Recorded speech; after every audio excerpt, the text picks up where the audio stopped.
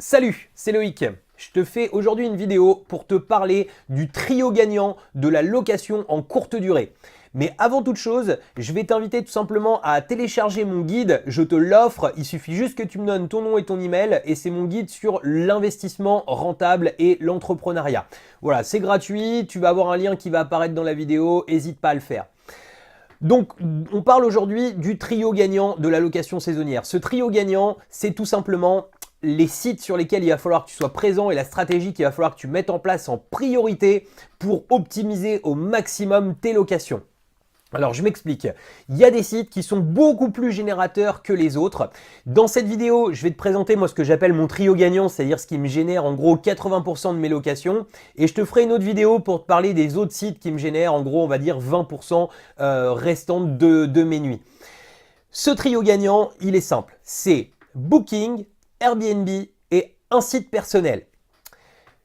Pourquoi Airbnb, Booking et un site personnel? Parce que, alors je vais commencer par te présenter Airbnb. Airbnb, tout le monde connaît. Airbnb, c'est un gros moteur de, de vente de nuit. Pourquoi? Parce que aujourd'hui, quand tu parles avec les gens ils te citent ou Airbnb ou Booking. Donc c'est vraiment les deux moteurs sur lesquels il faut être. Airbnb fait beaucoup de publicité télé, Booking pareil. Donc tout ça, ça book, ça réserve, c'est pour moi déjà les deux moteurs essentiels sur lesquels il faut que tu sois impérativement. Notamment Airbnb, tu verras, moi c'est vrai que les clientèles sont un petit peu différentes entre les deux. Airbnb, tu as beaucoup de vacanciers, Booking, tu as quand même plus en général de gens qui viennent pour les affaires. Maintenant, c'est pas tout le temps vrai, parce que j'ai des gens des fois qui viennent en vacances via Booking et d'autres qui viennent pour les affaires via Airbnb. Mais en tout cas, dans l'ensemble, si tu veux, c'est plutôt comme ça que ça se passe entre les deux. Sur Airbnb, c'est vrai que ce qui est très pratique, c'est que c'est eux qui vont encaisser les loyers pour toi, qui vont te les reverser, c'est eux qui vont gérer la caution, etc. Sur Booking, tu es un petit peu plus maître. Enfin, il y a deux stratégies sur Booking. Ça dépend comment Booking t'a référencé au départ. C'est-à-dire que c'est soit eux qui encaissent et après, il faut que tu te débrouilles de la caution, ou bien ils te fournissent uniquement les numéros de carte du client. Moi, c'est comme ça que je suis paramétré chez eux et il faut que tu utilises des outils en fait pour pouvoir encaisser. Si ça t'intéresse, je te ferai un focus sur les outils importants à utiliser quand tu fais de la location saisonnière, mais c'est pas le sujet de cette vidéo. Ensuite, pourquoi donc coupler Airbnb, Booking avec ton site perso? Tout simplement parce que ce qu'il va falloir, c'est que quand Airbnb et Booking vont t'amener du trafic, il va falloir que tu saches optimiser ce trafic. C'est pas très compliqué, mais moi je sais que l'ensemble des gens en fait qui viennent dans ma location, je m'arrange toujours pour récupérer leur email. Excuse-moi, je bafouille. Donc je m'arrange toujours pour récupérer leur email et ensuite je les relance un minimum. Et ça me permet en fait de faire beaucoup de réservations en direct et pour pas s'ennuyer, parce qu'au début je faisais des réservations en direct mais je les gérais moi-même et c'est finalement très monopolisateur de temps et j'hésitais même à stopper ça tellement ça m'ennuyait et j'avais envie de laisser les gens uniquement via Airbnb et Booking.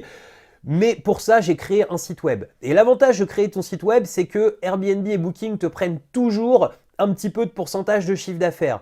Et lorsqu'ils te prennent ce pourcentage, eh bien quand tu vas louer par toi-même, tu vas avoir la possibilité en fait de récupérer ce pourcentage, de louer quasi le même prix tes nuits, voire le même prix tes nuits sur ton site personnel que tu peux les louer sur Airbnb ou sur Booking. Alors la stratégie est un petit peu différente entre Airbnb et Booking. Airbnb en fait ils ne prennent pas grand chose mais ils prennent des sous aux locataires, donc ce qui fait et aux voyageurs, donc ce qui fait que de toute façon c'est quand même de l'argent qui est pris. Et Booking eux ils te prennent directement en fait sur ton montant que tu vas encaisser de ta nuit, ils te le refacturent par la suite et tu dois les repayer. Quand tu vas louer en direct, tu vas plus avoir ces frais-là, donc c'est plutôt positif. Donc c'est pour ça que moi j'appelle ça le trio gagnant, parce que je te dis c'est au moins 80%, voire 90% de ce que je génère comme trafic au niveau des nuits dans mes établissements. C'est tout simplement via Airbnb, Booking et mon site personnel.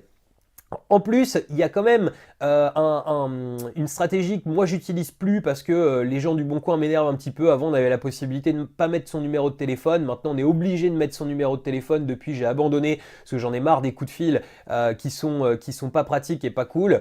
Maintenant, il y a une stratégie aussi à avoir éventuellement si tu fais du Le Bon Coin, toujours avec ce site de réservation pour pas t'ennuyer. Pour moi, ce serait que tu mets une puce qui est quasi tout le temps éteinte, sur laquelle tu mets un petit message et t'invites les gens à se connecter sur l'adresse directement de ton site web et sur les emails qu'on t'envoie, tu mets un message automatique de réponse. Donc tu crées une boîte mail spécifiquement pour Le Bon Coin et tu mets un lien vers ton site web. Sur ton site web, il va être très très important que tu références en fait toutes les questions que tu as régulièrement parce que ça va t'éviter en fait d'avoir beaucoup de questions. C'est-à-dire que si tu invites les gens en direct à se connecter à ton site web, il faut que dessus ils trouvent l'ensemble des réponses, sinon c'est pareil, ça va générer un minimum d'ennui et un minimum de questions qui vont revenir vers toi. Je sais que sur Airbnb et Booking, j'ai rarement, alors sur Booking, jamais de questions, souvent après la réservation. Sur Airbnb, j'en ai un petit peu, mais finalement, j'en avais beaucoup au début, j'en ai quasiment plus parce que ma description répond à 90% des questions qui peuvent se poser et souvent les commentaires aussi aident beaucoup les gens en fait à être confiants. Donc tu verras quand tu démarreras ton activité, tu auras plutôt un peu plus de questions. Mais si tu fais bien les choses, si tu donnes beaucoup de détails dans tes annonces, eh bien, tu verras que tu auras très très peu de questions et que ce sera peu monopolisateur de temps et que tu pourras vraiment booker tout de suite. Alors, une autre chose qui est essentielle, pourquoi je trouve que Airbnb, Booking et ton propre site sont vraiment un des très très bons moteurs pour pouvoir remplir tes nuits, c'est que sur ces trois-là, tu vas pouvoir mettre de la réservation en instantané. C'est-à-dire que les gens vont pouvoir cliquer et réserver. Ils ne vont pas être obligés de te faire une demande en amont et ça c'est essentiel de bien synchroniser toujours tes calendriers de façon à pouvoir te mettre en instantané parce que les gens, plus ils hésitent sur internet, plus ils ont la possibilité d'aller voir d'autres appartements et moins ils vont réserver chez toi. Donc plus ils ont la possibilité de booker tout de suite et plus il y a la possibilité en fait pour toi de remplir rapidement et de remplir à des prix élevés. Voilà, donc c'était un petit focus sur le trio gagnant de la location saisonnière. Si tu as aimé cette vidéo, n'hésite pas à la partager. Si tu as des amis qui tu penses devraient voir cette vidéo, n'hésite pas tout simplement à leur envoyer par email. Hein, c'est super facile, tu as juste à cliquer en dessous sur partager et tu pourras leur envoyer le lien très facilement. Je te dis à très bientôt et n'hésite pas à t'abonner à la chaîne. Salut!